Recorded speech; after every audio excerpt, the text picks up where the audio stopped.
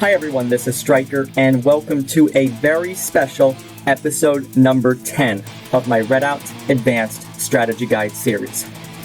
I am honored today to be joined by a very special guest. Not only is this man taking over the Redout leaderboards, but he is one of the best players of all time. Please help me to welcome Davinski. Hello, thank you for having me. I look forward to discussing the Durga track with you. And as we discussed in our Discord conversations previously, to give people a bit of a background on what we're going to go over, Durga has been one of your favorite tracks over the years. I think, correct me if I'm wrong, it might have even been your first world record. Is that correct? No, my first world record was Simoon, but it was the one I spent absolutely ages on back when I was an R purist, trying to get a sub 50, which I eventually got. I spent quite a lot of time on it. Okay, so we battled for a couple of weeks on this track. You got the upper hand, and you currently hold the world record by a significant margin. So I thought it would be really interesting to take a look at our contrasting strategies when it came to the way we approached the track and our general flow and ideas about its design. So let me ask you this first. What are your general thoughts on Durga when it comes to its layout and some of the technicality that it requires in terms of driving skill? Well, I think it's quite a technical track, not in the traditional sense of it being twisty and things, but more in the sense that corners coming at you very thickly and fast, and you're having to react to them before you're really ready, whilst travelling at high speed and having to get the perfect line. A key thing to it, I think, is smoothly and driving smoothly and not scrubbing off your speed by oversteering through the corners. You manage to do that and you carry an extra 10 miles an hour, you can then carry that right way down the next straight and through the next high speed section. So really, the main thing is about being smooth and getting your lines despite all the twists and blind corners. Yeah, that's an interesting point. That the first thing I thought of when I downloaded the DLC and played Durga for the first time is that I was very shocked by how many blind loops and turns and corners there were. So it's interesting to say the way you try to maintain speed throughout those blind corners and kind of predict them with the correct angles. Yeah, it's kind of very important on here to know what's coming next round the next corner so you can prepare for it even though you can't actually see what's coming, if you see what I mean. Yeah, exactly. So at this point, how about we do this? Let's play back both of our individual laps in their entirety and then move to the analysis tool where we can view some side-by-side comparisons. Let's take a look.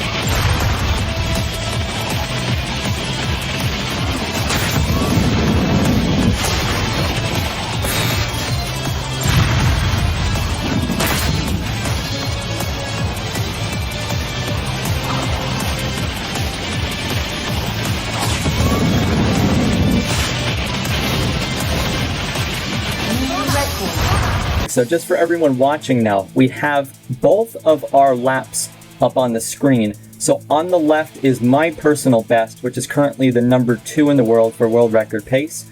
And then on the right, unfortunately, Davinski, you didn't have your world record recorded, but this is quite close to it and is an improvement over my lap. So when I was watching these two side by side, it's about a tenth off my world record. Okay, yeah. So when I was watching these side by side, I noticed a few interesting differences when it comes to boost patterns. And those of you who have seen my other videos know that I talk about timing a lot when it comes to boosting. So let's jump into it and see some of the differences in terms of position.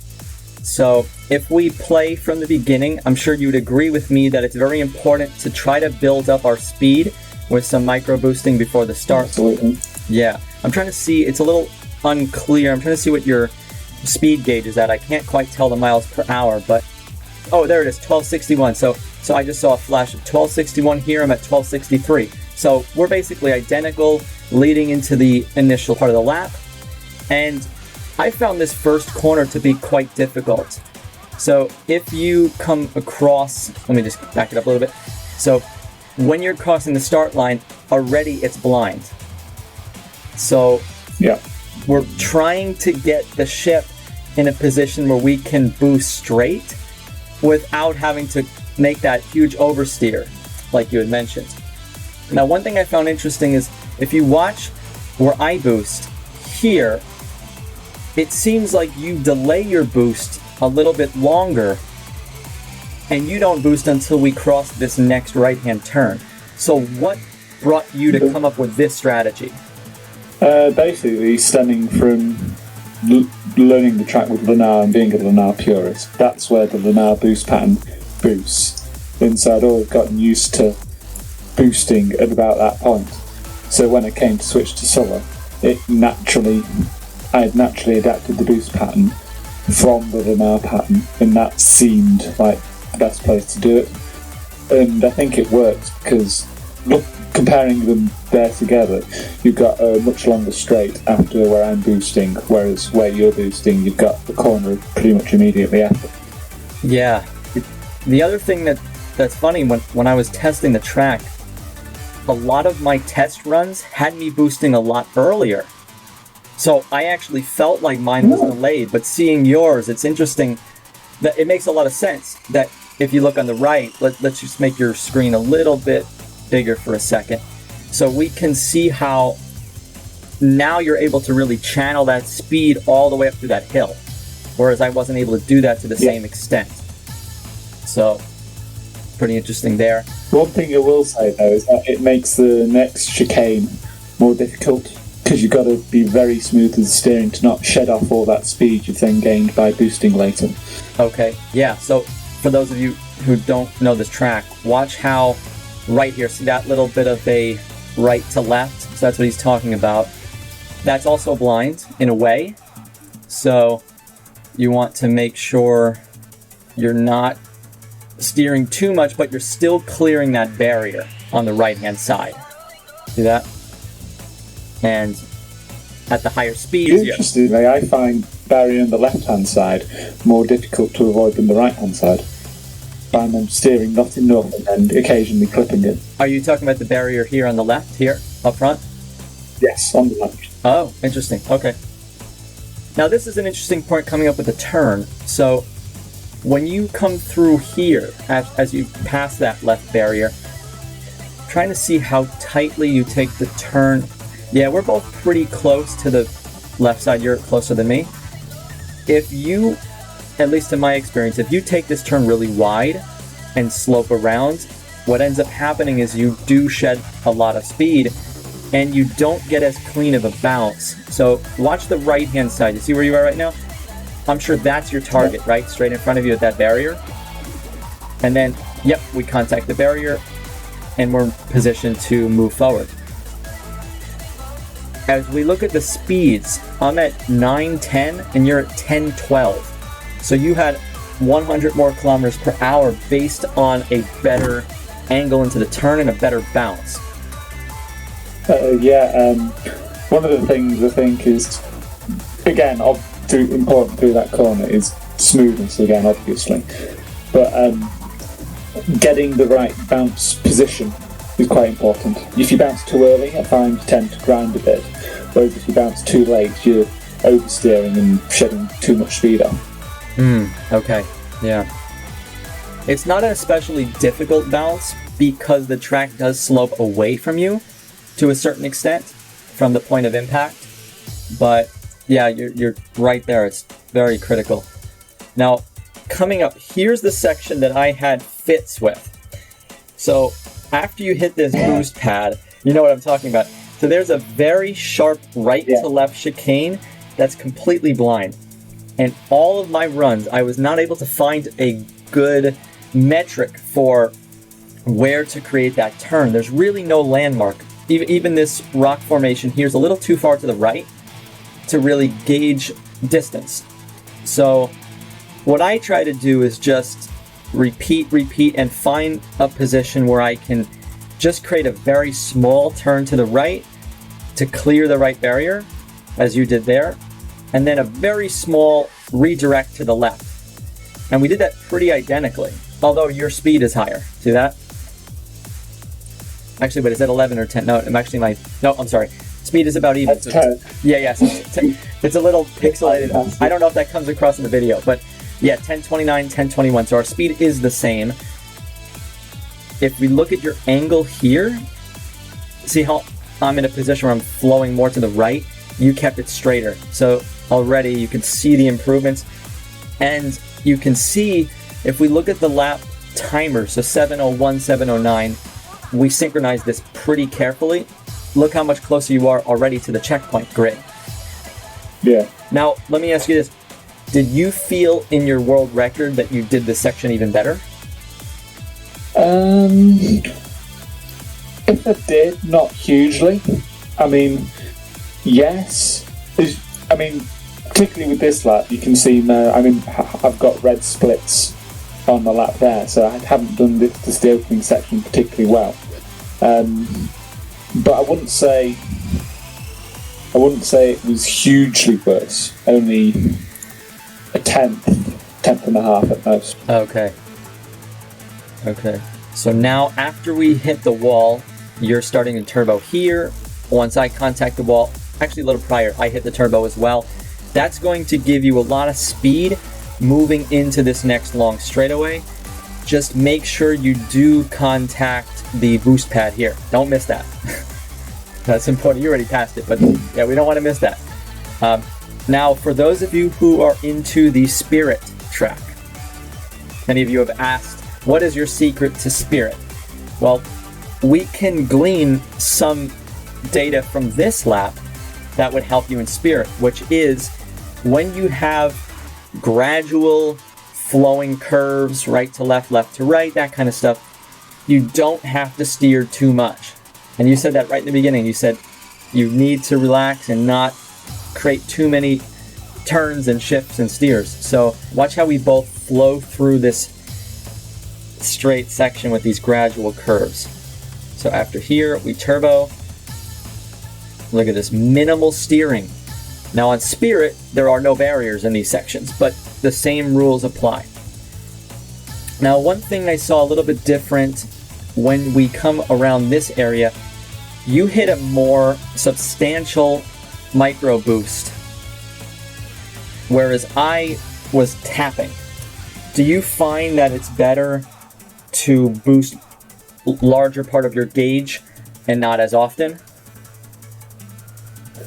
With that, I just genuinely thought that I've come through the chicane section where I'm having to steer and slow down a bit. So if I save my boost for after it, I can use a bit more and get up to a higher speed down the next shortish straight before the next pseudo chicane, shall we say. Okay, yeah, I see what you're talking about. So for those of you, if you're looking at, see the ship, how his turbos are engaged now, throughout the chicane he's actually holding off, and then he hits it right there. Now there's a large drop off here, it's a little bit blind. Here's how I remember it. There's two sections like this on the track. The first one juts to the right, the second one juts to the left. The second one is at the end of the track. but both of those work similarly, and they're identified by the appearance of, I don't know, is this acid, poison, water? You're the expert. Whatever it is, you don't want to fall into it. Exactly, yep. So, now, we just want to make sure we don't hit the barrier on the side. I got very close on my right, but here's where things get really interesting. So, when I was testing this lap out for boost patterns, I found speed to be gained by cutting the turn pretty closely, as we both do, but trying to boost early and grinding the right wall. So watch the right, let me just pull this over a little bit so you can see the right side of the barrier here, and watch how I contact there. See that? So I hit a boost into a bounce, and then the second bounce on the right gives me a sense of acceleration towards this left turn. What you do, which I find very interesting because obviously your pattern was superior, is you boost after or around the time of the wall bounce. So what made you think about that? I mean, that's just generally how you should sort out your boosting, that I find. Do the wall, turn into the corner, have your wall bounce, and immediately after boost. That way you're not losing all your speed from turboing it before you bounce and losing a bit with the bounce and the grind. You see what I mean? Yeah. Now, my rationale for this, just to give you a bit of a preview, was thinking about the upcoming left drop, that second blind corner I talked about, into the final straight. I thought it would be more beneficial to have a sooner turbo, so I figured if we can boost sooner here, then we could boost sooner there. But what I saw when I finally looked at your lap was that the actual later turbo provides more speed as you're coming into this slower section, and then allows you, so look at your speed, you're over 800, I'm at 745, so it gave you more speed, and it also allows you, when you come over the second blind loop, to hold off on your turbo, whereas I boost there, you're holding off until we cross the right turn. Right there, now you're able to maintain a lot more speed at the very end. Yeah. So, yeah, I like that. I really like that aesthetically, and clearly it paid off in your world record. So, let's give everyone a little bit of an idea when we're coming up on this section here, so that right turn into the left blind drop. How do you like to instruct this for people? Well, it kind of goes back, if you rewind it a bit, it kind of stems from the previous corner. So you've done the bounce on the outside, tried to cut it as close to the left as possible. And then this corner, I find, I'm not going to say it's RNG because it's not, but it feels a bit like that, as to how good of a bounce you get and how much you end up grinding. This one, and right? If you then get that good bounce...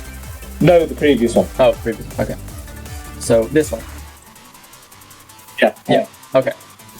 Because of that, it's a bit of RNG in terms of how good of a bounce you get.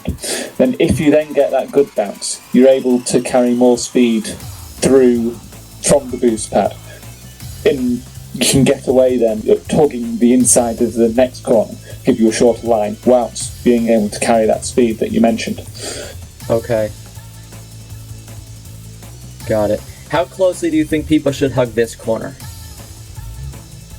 On entry, as close as possible, but then don't oversteer. And slacken off your steering towards the wall bounce. That way you don't shed off too much speed, and you can get the right bounce point to then give you a good exit from the corner as well. Okay. Very nice. And if we look at the left, I want you to critique me for 1 second. So, assuming that I hit my turbo where I did, is this wall tap ideal?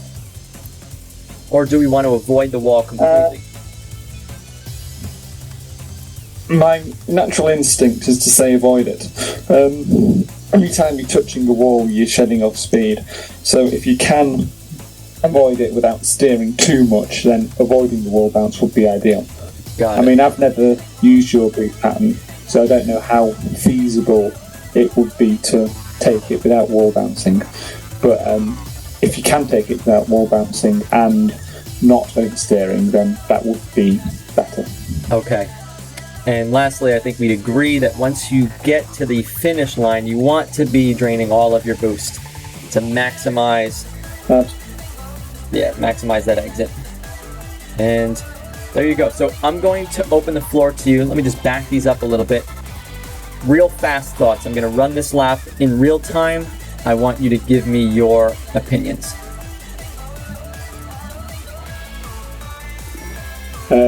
Micro boosting over the line, trying to cut this bit as close as possible whilst hitting the boost pad. Turboing there, trying not to oversteer through there, trying to keep it close on the inside and bounce at the right point on the outside. Here it's just a matter of practice. You just need to learn where to steer. That corner there on the exit's quite difficult, because if you don't get the bounce right, you lose speed all the way through this next section, so you have to not grind there. This corner I find is quite difficult in terms of not hitting the apexes and losing speed. We've already discussed this. Keep it close. Sometimes I like to use a small boost there to make sure I get the right boost point for here, where you boost just before the final bit and then carry the speed all the way to the finish. Interestingly though, I find that last corner to be one of the most difficult on the track. I've had multiple sub-potential 48.9s and 48.8s die in that corner by trying to push it to the maximum and not steering enough. And then you got hitting the wall on the exit and losing 3/10. Are we talking about this corner or coming up? No, the last corner. Okay, so just tell me when to stop. Literally just before the line. Oh, right here. Okay. The corner down. Right here. Yeah, that's it. Okay. This one. Yeah, because you're travelling so quickly and you're trying to push the lap so hard. So many times I've had potential 48, sub-49 laps. Yeah. And I've not steered enough. Clipped the wall on the outside and lost a good 2-3/10. Yeah, I'm trying to see your speed. It's just a little too... Oh, there it is. 14. Look like 14:04. Wow. Yeah. So look at mine. Just as a comparison, 12:53 versus 14:04. That is the evidence for a later boost, if there's anything I've ever seen. So, yeah, good stuff. Right, so just one more thing about that lap. I find that the most important part of it is the first section through the first couple of corners, the long left-hander and the chicane. That's where I find you make the big difference in terms of your overall lap time. After that, I think it's mostly just following what you've learnt and what you know you need to do. And whereas the start of the lap is where you actually make up the most of the time in terms of an excellent lap versus just a good lap. And so it pretty much, that first section is the make or break of the lap, and then the rest of it is about executing what you know you need to do and not making any silly mistakes. Coming up, once you're past this chicane, it's all about executing what you know you need to do, I think, and not making those silly mistakes which I've made a lot of over the hours trying to get a sub on him. Yeah, well, that's how you learn. Yeah. Absolutely. So, any final thoughts? What do you feel like, as far as design, when the designers of Redout sat down to create this track, do you think they succeeded in what they tried to accomplish? Well, it's a very tricky high-speed track, which requires a lot of fine manipulation of your steering to maintain your speed. So if they were going for that, then they've done a very good job of it. I find it a very challenging track, and as a result of that, I find it's one of my favourite tracks in the game. I think it offers a good challenge of of maintaining your speed and providing the fun that comes with travelling at high speed, which a lot of people I know play this game for exactly that. Yeah. One thing I'll say, it feels like a very fair track. So when you make technical improvements, it shows up in your lap timer. And there are some other tracks, even ones I really like Trench. I have noticed that some of the most aesthetically ideal patterns don't lead to the fastest times. And I feel like that's completely the case in this track. So I think they did a really cool job. And then the aesthetics of it, right? The acid rain and the mushrooms and the lava and the rocks. It's a really cool looking track. It's a very alien planet. Yeah. So that wraps up our little party here on the rock. I want to thank you so much, Davinski, for joining me this morning, and good luck in your future world records. I don't know if you know, but right now we are tied in our world record hunt. Are we? I thought you had 2 more than me. It says that, but 2 of one of the other players in our community, his records are non-glitched. So if they were, they would have beaten mine. So you're hearing it from the 2 top dogs. So hope this helps everyone, and I want to thank you again, and we'll look forward to more fun episodes in the future. Thank you so much. Goodbye, and thanks for listening.